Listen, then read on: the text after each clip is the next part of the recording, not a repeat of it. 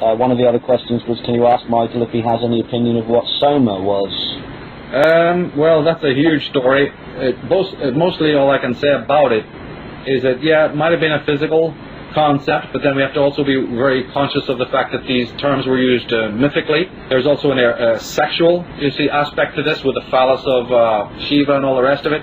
But ultimately, what I think is that Soma is nothing more than a metaphor for knowledge, the sweet understanding, or the sweet level of awareness that comes with a realized person, in which everything in life becomes sweet. You actually see this metaphor in Calvary, when the whole dynamic of Christ asking for wine but being given vinegar. If you actually analyze that esoterically, it's about the Soma. It's about the fact that when the soul is leaving the body, then all the worldly things, all the things of the flesh, become like wounds. That's what the 5 wounds symbolize. The 5 wounds are nothing but the 5 senses, and when the soul is abstracting from the body, it sees the worldly senses as being lower and meaningless. That the sweet wine, in fact, does taste like vinegar. There's a mystical tie-in here. When Christ calls on his Father to say, Father, Father, why hast thou forgiven me? That is normally translated in an Orthodox Christian setting, but in fact it could also be interpreted as the body crying to the soul which is leaving, Father, Father, why hast thou leaving me? Father, Father, meaning the body, the lower senses, calling to the soul, don't leave me. If you don't animate me, my life becomes insipid. My worldly life becomes darkness.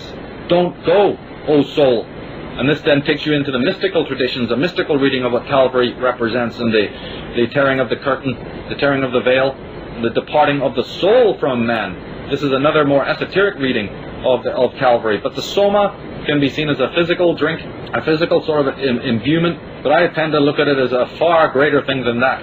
It is what occurs when the opposites, like the Shiva and Shakti, which is just nothing, it's just lingo for the masculine and feminine. When I use these terms, it doesn't mean I'm a worshipper of Shiva or Shakti. I'm talking in abstract, archetypical, like Joseph Campbell used to do. I'm speaking in archetypal terms, that when you have made that chemical wedding, and you return to the 0 degrees latitude and 0 degrees longitude of consciousness, to the still point. It is at that point where all of your existence, like William Blake showed in his paintings, and like so many have shown in their poems, Rumi and Shamsai Tabriz and the great Sufi poets, and many others have shown in their ecstatic poetry.